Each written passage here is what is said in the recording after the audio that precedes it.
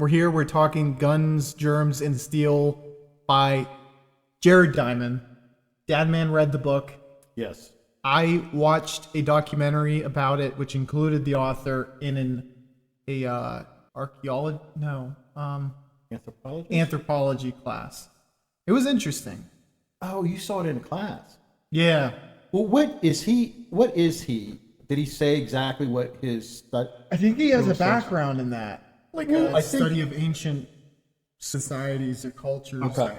And tries to write about it. Yeah, so that it makes sense. And so, yeah, I read it. I will say it's a long book. It does really get brutal halfway through it. It starts to, I know, it gets very. He tries to reinforce everything that he had said before, like the more you go on, which is kind of like, yeah, okay, I kind it's of like an academic. Yes, yeah, and I'm like, style. I get it. I mean, I'm not take, I think you sound like what you're saying is correct. You don't have to convince me, that much.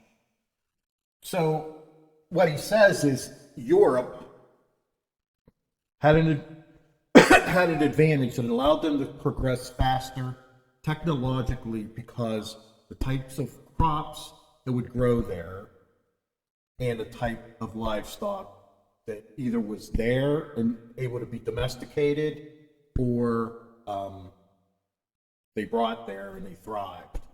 So would that be from prior to the Great Plague? Well, I don't think they called it the Great Plague, but the plague. Like when feudalism was big? I believe so, yeah. I mean, this is the whole time period of us, or not us, Europeans gaining slight advantages. Now, the plague was devastating to Europe. I mean, I don't know what it killed. That's where germs were not the advantage. Correct, right. You are the weakest link. So what was it? It was rats, right? It was something on the rats. Well, rats were everywhere because there wasn't good. Well, I mean, rats were always on ships, so that's how it's. If you see, I mean, I don't remember the first place supposedly that they said, yeah, the plague was here first, and then it ends up in England for crying out loud, but it was on mainland Europe. Yeah, they had no sanitation. Right, was the big deal. So like the water supplies were tainted by the rats. Okay. I believe. So, right, that's where, there's a situation where the germs were a huge disadvantage to the Europeans. But from reading it, because we lived in close proximity to a lot of livestock in Europe, I keep saying us. I am European. So, that we were exposed to diseases, and over long, millennia, we developed a immunity to many, many diseases because a lot of them come through animals, and that because our crops were superior, just because of the climate of where we lived and the types of crops that we grow there, we were able to build surpluses faster, and we were able to have free time where we wouldn't have to work directly in agriculture to do other things that advance the technology, like metallurgy, shipbuilding, gun building. So we got a leg up. Cartography, math, medicine, astrology. Right. All that, correct. Here's like the deal with me, and I don't think it's as grabby, but it's just agriculture was, in my mind, as significant to human development because of all the reasons you just noted, but just specifically specialization as fire. And that is such a huge advancement because it literally, I think the development of brains differed. We're like, our brain mass I know increased meat, when we started cooking meat. Yes. because like And fire, I mean, that was a very long time ago. I mean, I don't think we had an Never been there. advantage there. no, but I'm was just discovered. saying like, but eventually every place that can, you're either importing food from farms or you're Yeah. farming. And if you've got, cattle and pigs were just, I think, easier to domesticate and use as food. So we had that advantage. We're probably more meat protein in our diets. But what I mean, would China not have that same advantage? I know they're doing well now. Well, I don't think, But they weren't were known expansionists. as a like I don't. Well, they had horses. I just don't think they had Is Kobe beef Japan? Japan.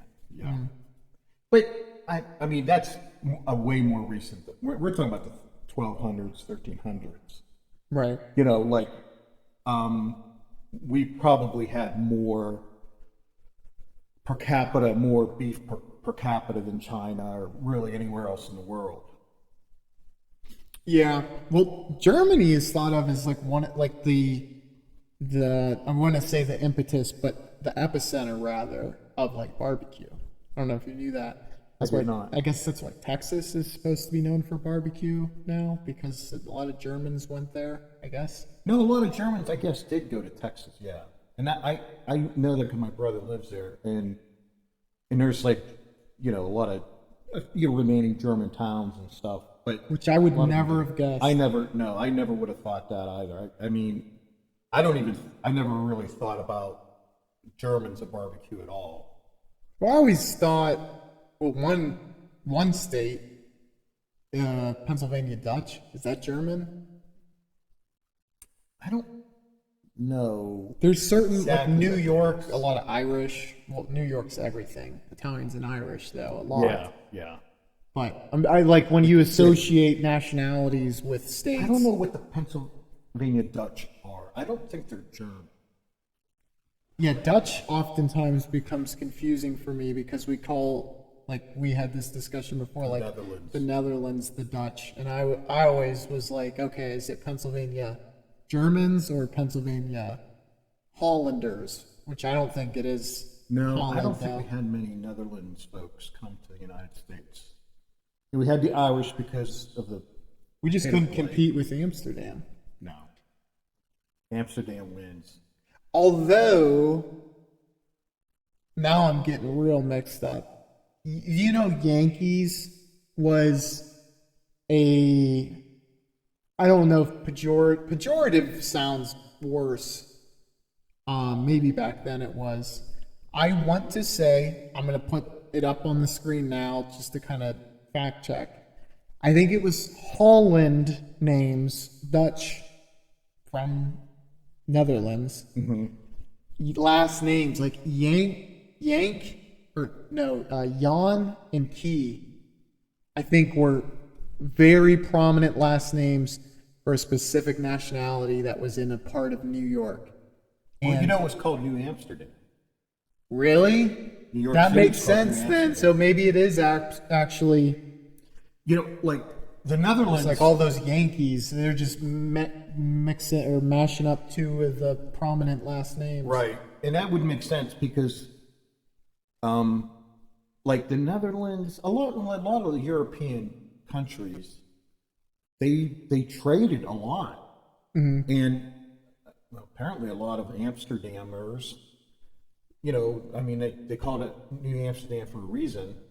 Yeah. Must have settled in, way back, Yeah, they had to have came early because Yeah. then, I mean, New York had, when the Irish and the Italians were there, it's notable that there was that huge influx. So there had to be something there before Right. for them to be like, holy crap, look at all So these look at immigrants. those Irish, yeah.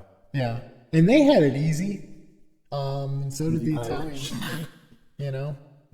Are you serious? You're not serious. Right? They had it pretty easy. They hated the Irish. They hated it. Yeah, try being Well, there Muslim. were so many of them. I think they just like. Well, it's did like, the whole hey, country come here? yeah, there's a big boat, and it's like, wow, what city are you from? It's like, no, we're just the same. We're all in the same family.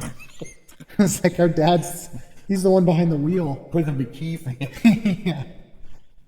I mean, there's a reason that they call them like Irish twins. And they reproduce. Why do you know why? So, like, work the fields? Well, I don't even know if they have a lot of farms. That makes sense. I mean, Catholics just Yeah. Now it's reproduce a lot. Mormons do that. Mormons are like the one. You have to be like really fundamentalist Catholic. They're like very Well, back. I mean, we're going back, way back. But yeah. No, I know. But in this era, it's like Mormons are the ones who are doing that now. They have like heavy reproduction. 14 kids, and then I was gonna say something nasty about the Mormons, but We'll leave them. yeah, but They got enough problems. like Muslim or Arabic countries, like they I think created math, if I'm not mistaken. Algebra. Right.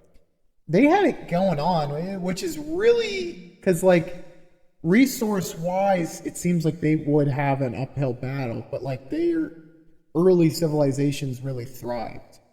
Well, the Persian Empire. Right. And other ones too, but that was like a large, and then the Ottoman Empire too. Yeah. I don't know when algebra was developed. Probably pretty long ago. I would have to think, yeah. Yeah. Because that's just, I mean, that's math that you think of in your mind. Yeah. You never would have thought that, but I mean, it's like 400 years old. Like 4,000 years old. Algebra? Yeah. I don't think it's that old. Maybe not. It would have to be more than 400, though. Like when did Isaac Newton? 1600. I either feel like algebra would have had to exist before him. Maybe I'm Probably. wrong. Maybe I'm wrong. But even algebra would. They could have invented it in Persia. Doesn't necessarily mean in Europe they adapted it. Do you know what I mean? Like now you would think, hell yeah, this is developed. We didn't have that cross pollination of ideas as much. Mm-hmm. Like Sir Isaac Newton, who was English, may have looked down on like a Persian concept, math concept, or not even, really thought much about it. Yeah. I'm gonna look that up. I can look it up. When algebra was created? Yeah, you're probably right. It's probably like Well, because like 800 BC or hypothetically, Dad, man, algebra is if I said 47 plus x equals 100.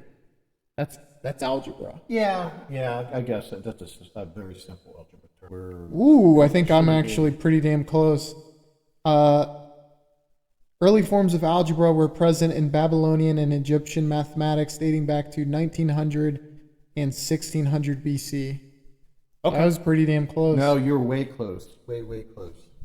I was as close in a different way, conceptually. I think you were thinking of like trigonometry, I don't know. maybe like advanced algebra. Yeah. So that's like Babylonia. I mean, I know that's in the Middle East area. What was Egyptian? Yeah. Okay. And they had the Nile. Yeah, it's just really weird. I guess you have to try to explain why the Europeans just like came out of nowhere and fucking started taking shit over. I think it was just like, I would just say the soil and the climate was the huge advantage. Now that's the reason they That's had the germ factor, though. I think they said that the climate of being near the equator worked against places we would settle. Like we would come and we would bring diseases that would just fuck their shit up real bad. Right. Well, yeah. Well, because we built so much immunity. But also Exposure to animals. Yeah. But we would get pretty fucked up too. I Yeah, mean, if we go to Africa, like malaria. Yeah. And like you have to basically get like 10 shots just to go to Africa. Yeah. And then there's all the shits that, yeah. So, I don't fucking know. I will say guns, yeah, that's pretty huge. I mean, when, like, the Spanish would go to, like, Mexico or anywhere in South America, like, you were fucked because they had guns. Yeah, I mean, That's the only because, I mean, you're sailing across an ocean when you barely know where anything is. right. You're not getting there particularly fast. You have to have enough food, ammo, and men that will fit on the boat. Supply lines. Yeah, it's like you have to bring everything. They're there. They have Yeah. all the resources. They know where everything is. And for us to, and part of it, I think, was, I can't remember which particular conquest it was, but maybe it's Pizarro or Cortez. Burn the boats. Well, no, that in the locals' mythology, that this Cortez looked like a coming of a god, Yeah. and obviously that worked hugely in their favor because, like, there were times there was like 50 conquistadors. If they wanted to, they could have just wiped them the fuck Right, out. but if they're thinking, well, he might be God. I mean, this might be the, foretold, or, you don't want to necessarily just kill him. Who was the guy that burned the boats? Do you know? It could have been. It's one of the two. Yeah. You're familiar with that, though, where he's I like, kind of am, because that was, hey, look, like they're going to fight fight. or die, Yeah. So we can't just hop on a boat and leave. Which, I would have done. I do like Not anthropology, though, and that was a cool watch. I mean, I'd recommend the book. Well, no, I'd recommend the documentary. I can't Yeah, I'm recommend the book. gonna watch a documentary. How long was it? Multi-part? Well, because our class was like 45 minutes long, it was broken up. I don't think it was that long, though. I'll check and see if I can find it. It did talk about the land bridge, too, which is like really one cool in about, I think from, Alaska to China? Yeah. Yeah. No. Well, Russia? yeah. I guess. Basically, they're like, hey, Inuits are Chinese or Asian. Yeah, I believe. Yeah. I mean, if you were to look at like Inuits, and you They were to look look Chinese.